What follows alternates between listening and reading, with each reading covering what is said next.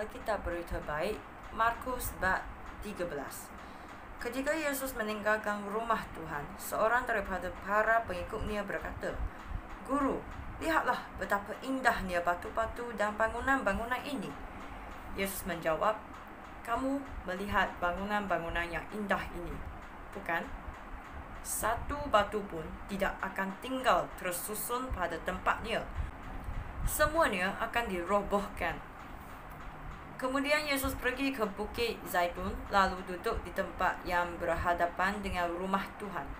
Petrus, Yakobus, Yohanes, dan Andreas datang kepadanya. Mereka berkata kepada Yesus, "Guru, beritahulah kami, bilakah semua perkara ini akan berlaku? Apakah tanda-tanda yang menunjukkan bahawa masanya sudah tiba?" Yesus berkata kepada mereka, "Berjaga-jagalah supaya kamu tidak tertipu. Banyak orang akan datang dengan namaku dan berkata, 'Akulah dia.' Mereka akan menipu banyak orang.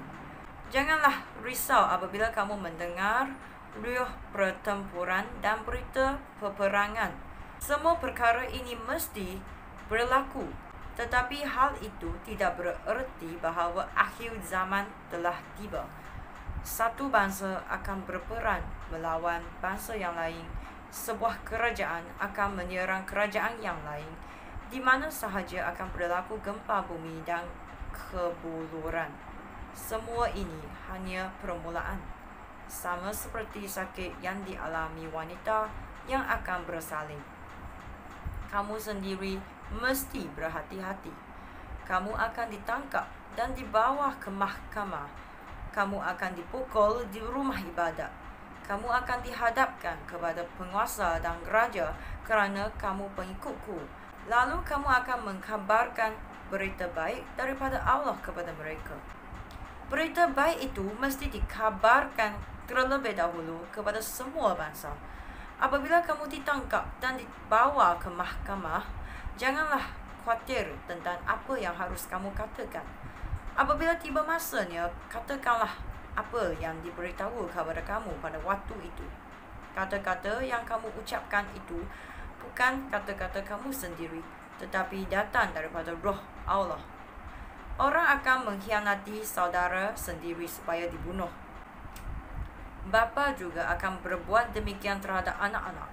Anak-anak akan melawan ibu bapa dan menyerahkan mereka supaya dibunuh. Semua orang akan membenci kamu kerana kamu pengikutku.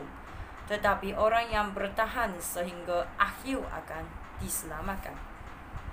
Kamu akan melihat bencana yang dahsyat di tempat yang terlarang baginya. Catatan kepada pembaca, hendaklah kamu faham apa maknanya. Pada waktu itu, mereka yang di Yudea mesti lari ke pergunungan. Orang yang dibumbung rumah janganlah turun dan masuk ke dalam rumah untuk mengambil sesuatu. Orang yang di ladang janganlah balik untuk mengambil jubah.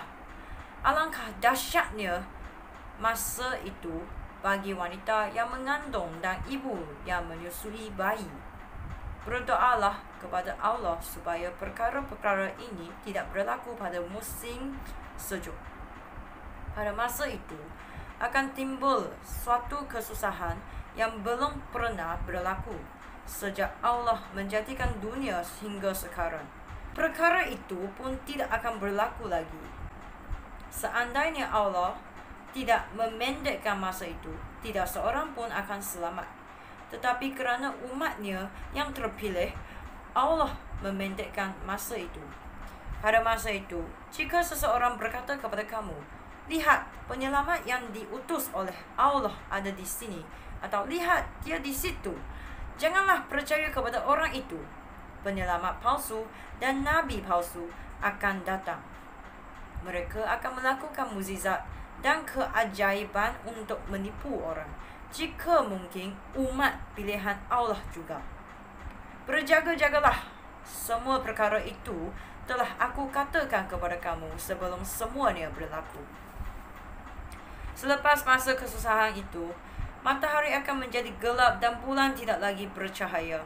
Bintang-bintang akan jatuh dari langit dan kuasa di angkasa lepas akan ditarik daripada peredarannya. Barulah anak manusia akan kelihatan datang dikelilingi awan dengan kekuasaan besar dan kemuliaan. Dia akan mengutus malaikat-malaikat ke 4 penjuru bumi untuk mengumpulkan umat pemilihnya dari hujung bumi ke hujung langit. Biarlah pokok ara memberikan pelajaran kepada kamu. Apabila dahan-dahannya hijau, lembut dan mula bertunas, kamu tahu bahawa musim panas sudah dekat.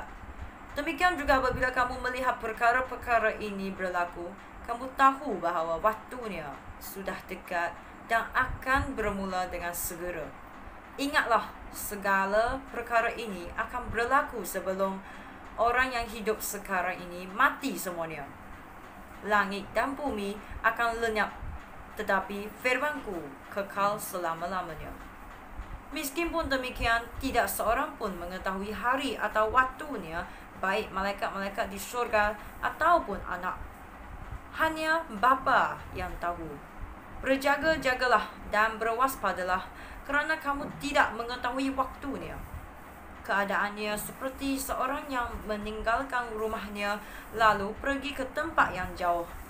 Dia menyuruh hamba-hambanya menjaga rumah. Setelah dia memberikan tugas kepada mereka, kepada penjaga pintu, dia berpesan supaya berjaga baik-baik. Oleh itu, berjaga-jagalah, kerana kamu tidak mengetahui waktunya tuan rumah itu balik. Mungkin pada petang hari, tengah malam, subuh, atau pada waktu matahari terbit. Jika dia datang dengan tiba-tiba, janganlah kamu didapati tidur. Apa yang aku katakan kepada kamu, aku katakan juga kepada semua orang. Berjaga-jagalah.